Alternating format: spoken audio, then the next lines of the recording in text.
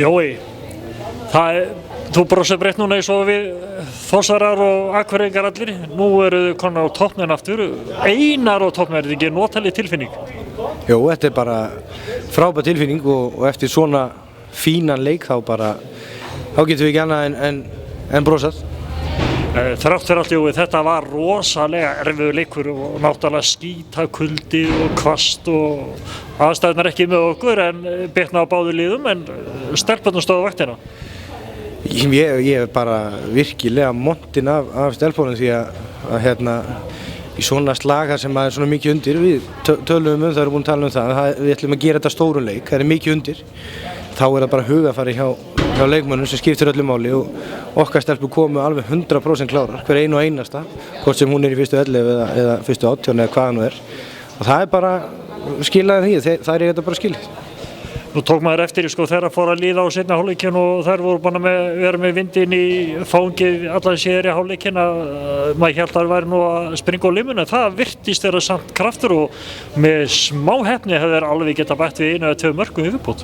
Já, okkur langaði rosalega mikið í 3. marki í seinni hálfleik og maður getur nú ekki verið endalaust fyrir einhverju í þessu en þær stóðu þetta rosalega vel að sér og þetta er svo segir, þetta er rosalega erfiður leikur, hrikalega gott lið sem við spila við og með þessum vindi líka að geta pressa hvaða lið sem er í logni og þá bara fannst mér standa vaktina ofboðslega vel í seinni hálfleik, stelpurnar. En við erum sátt. Heldur betur maður. Jói, takk fyrir og gangi vel komandi verkefni. Lára Einarsdóttir, Lára, þetta var alvöru leikur í skítakulda, nú eru þeir komin á toppnum. Eins og uppáhalagt, það er gaman.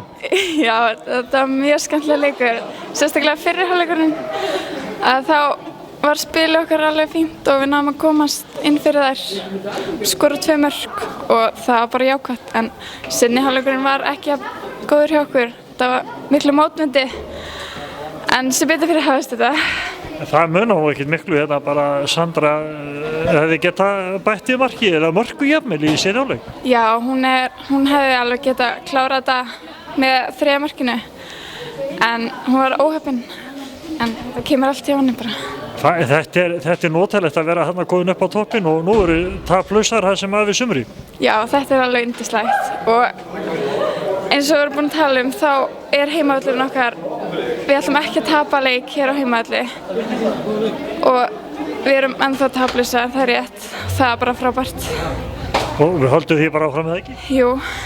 Ára, farðu að fagna með stelpunni og bara til hamingju með daginn. Já, og við viljum líka tileinka þessu sigri Kötlu og barninu hennar og líka Ágústu sem er núna fyrir sunnan í erfiðum aðstæðum með móður sinna sem var í aðgerð þetta og já, við viljum tileinka þeim sigurinn.